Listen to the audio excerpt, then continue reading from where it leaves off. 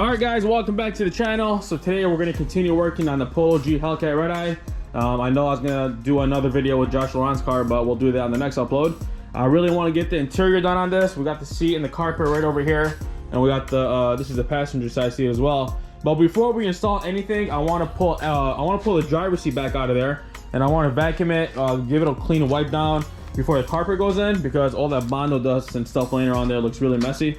But before we do that, we have to get Josh's car out the way, and then I know I told you the battery on this is really dead, but I ended up taking charge and it's starting up pretty fine. So we'll leave it running. Now the hard part is trying to get this thing started. The battery on this thing is really toast. Let's pop open the hood so we can get the trunk open.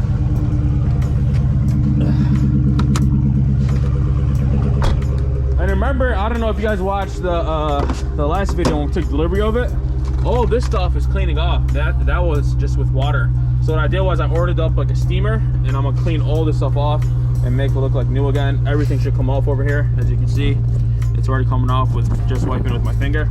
But let's get the jump box real quick.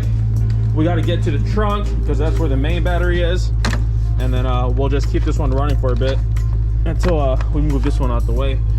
So for this one, you got to pop off the terminal for this. Come on. And then there's actually a ground post right over here. So you just do that, and we should have enough power to at least open the trunk. I'm not even gonna attempt to start it like that, because when the battery is that dead, it will never start.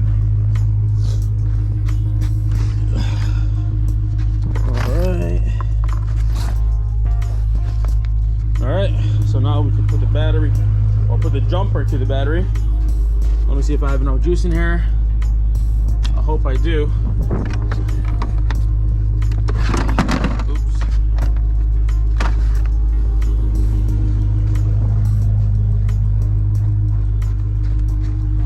Now for this, I have to leave the jumper on it. If I take it off, it dies right away.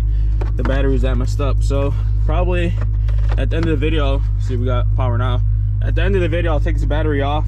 It's just one screw in there that holds it down, and you got 2 terminals, and that's really it. I'll take the battery off and get a new one. That way I don't have to be doing this every time I need to move it. Oh, the key.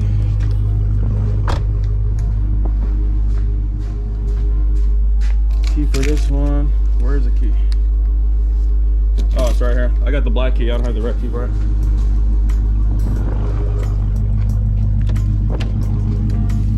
All right, here goes nothing. It says battery fob low, but I think it should start. There we go. We'll leave it running. Oh, just one of the tires are low. That's why that light is on. But give it a couple seconds to warm up. We'll back it up. I'll just put it right in this spot over here, and then I'll have enough room to back up this one so we can get working on it.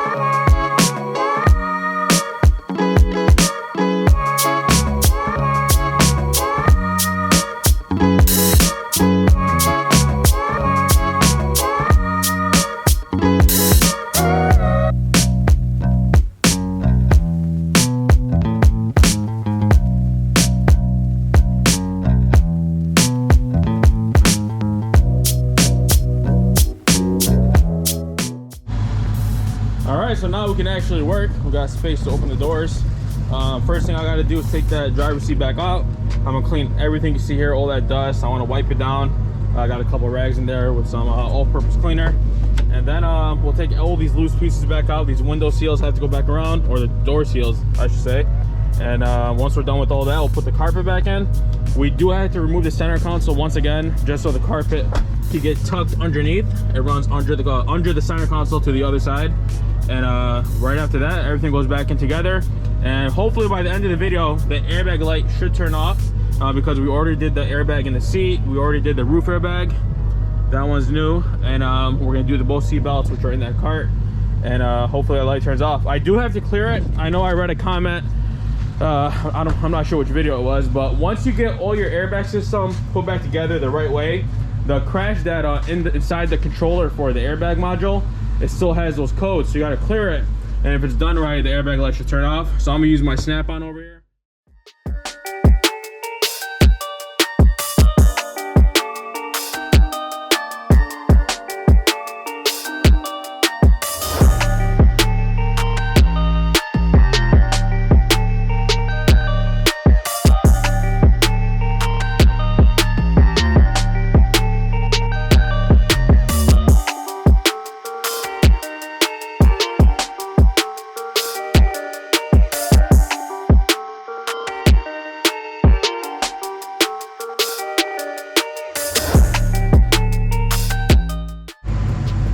Okay, so seat is out. Now I have to unbury the vacuum. It's under all this stuff over here. We'll give it a quick vacuum, wipe it down. I'll use this cleaner over here. Oh, this is just frozen up. I got some inside. I'll just wipe it down real quick and then go ahead and install that carpet and move on to the passenger side seat and the airbags.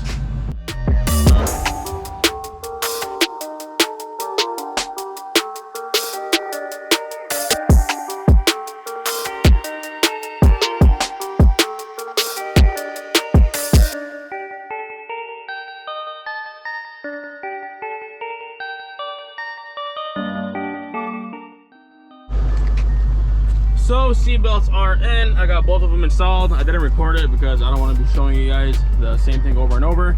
It's really simple. You got a 14mm nut up top and a 15mm bolt on the bottom. That's the Torx down there. Make sure you disconnect your connector at the side of the seat belt, and then just pop those off. I got both of them in. We already got the roof airbag replaced. I already mentioned that. Now if I put the seat belt, not the seat belt, if I put the seat back in there and I plug it in and I clear the codes, the light should turn off.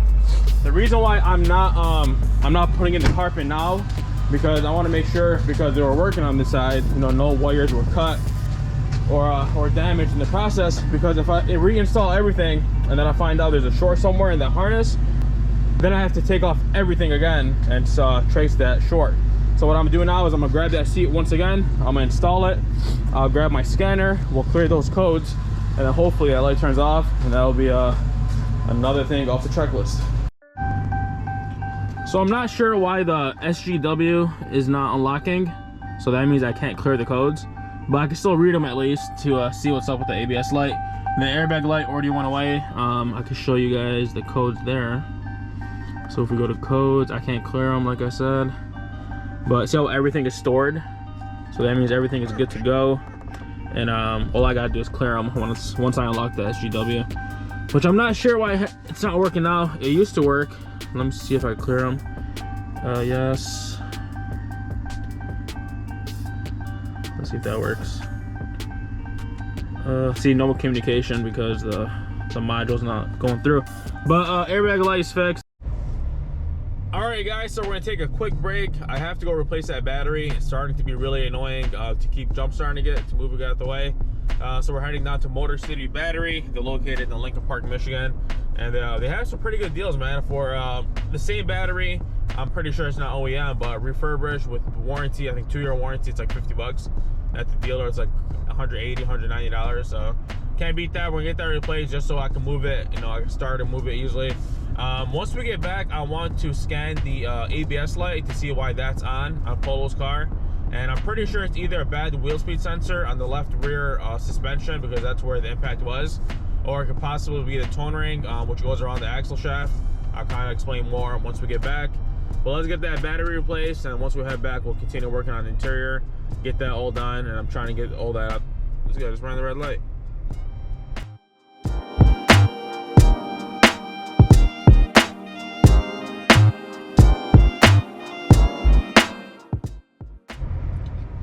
All right, we are all set. What's cool about this place, they have like a drive-through with all these batteries. So even if your own car has like a bad battery, they'll replace it for you. Or in my case, I just got a new one and they just put it in the trunk for me. But we're gonna head back to the house, install that battery real quick. I'm not even gonna like strap it back down or put the mount back on, since we are gonna strip it back out and swap the parts over. But I just do want to get it started so it's easier to move around. All right, got the new battery. We got power. We'll get my right tool. This one's not gonna work. Tie it down and see if it starts. Oops. Put the hood open on that. Whew, it's freezing.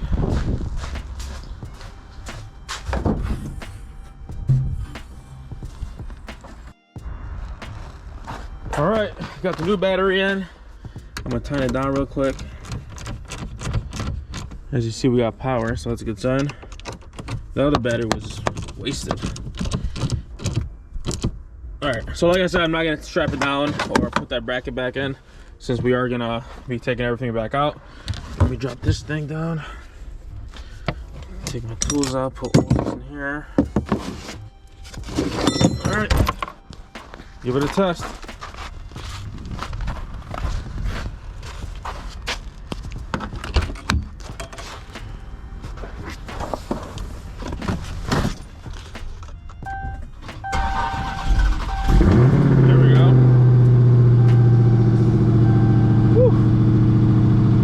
This one to get warmed up for a few minutes. This radio screen should reset. This happens every time the battery goes dead. The SRT pages go away, but once it alerts itself, everything gets recalibrated. So we'll leave it running. We're gonna go continue working on the interior on the other one and get stuff done. All right, so going back to this one over here, we have to pull the seats back out. I do have both seats in there just laying around. I'll unbuckle. Well, they're not even tied down. I just gotta disconnect the connectors, pull them back out, take the center console back off, and then start putting the carpet back in.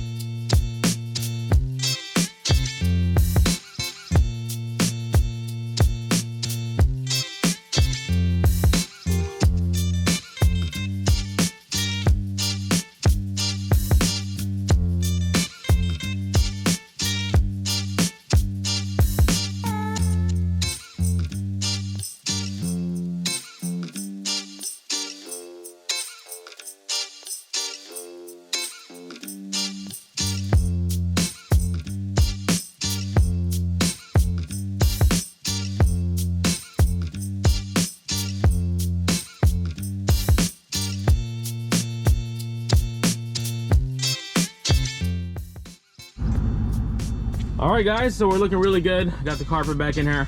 Now I have to reinstall this duct that pushes the air from the dash to the rear seats.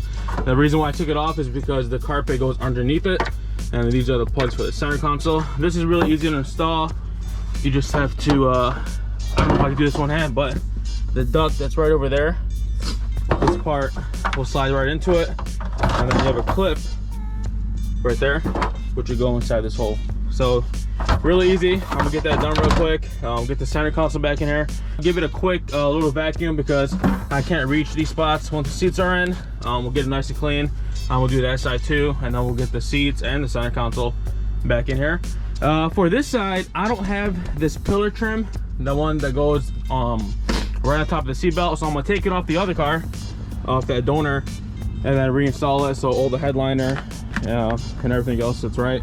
But let's give it a quick little vacuum. I'm gonna bring my extension out. It's really hard to work when there's snow everywhere, but we got to do this. So I'm gonna give it a quick little vacuum, and then we'll finish it up, get the interior back in, and see how it looks.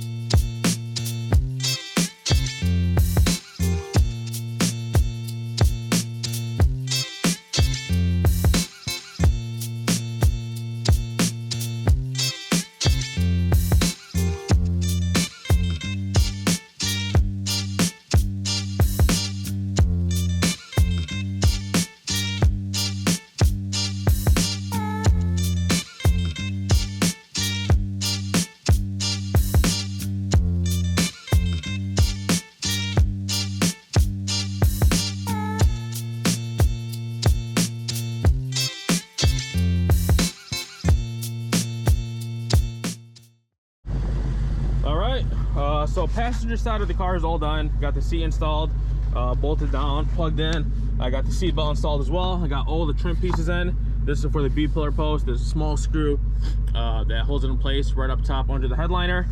I did the kick panel over here that just snaps in. There's some stains on the carpet, but I'm pretty sure the detail shop could hold this off. That looks like it's some gum.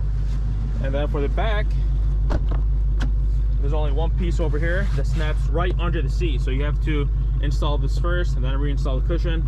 Make sure you install the connectors as well if you're doing a swap or whatever. There's 2 plugs over here. And that's really it. We're looking really good. I got to do the other side, but I have to take off the B-pillar post off that donor car over there.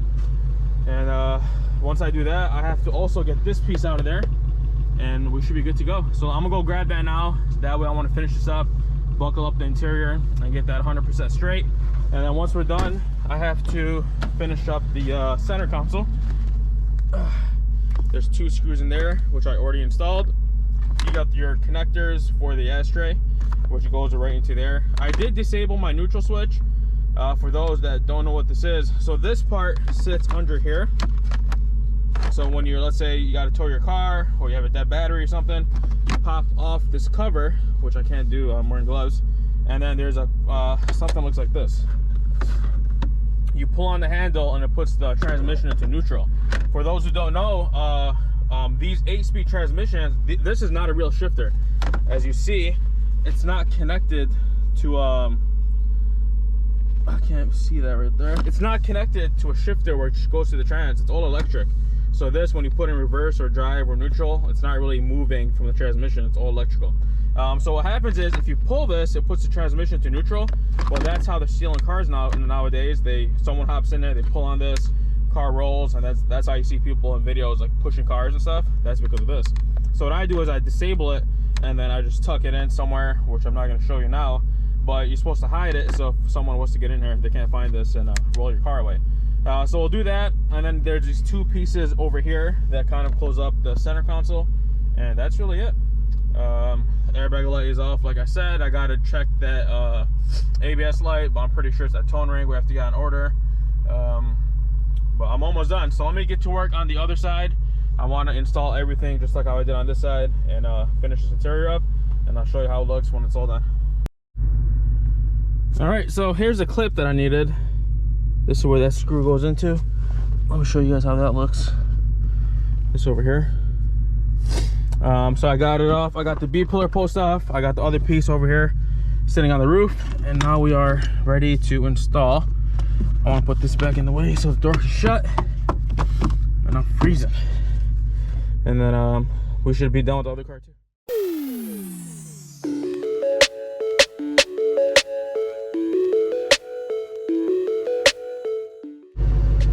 All right, we're done. Interior's back in 100%. I still need to just replace the side piece over here, but I'm pretty sure I can do it with the seat inside the car. I don't have to take it back out.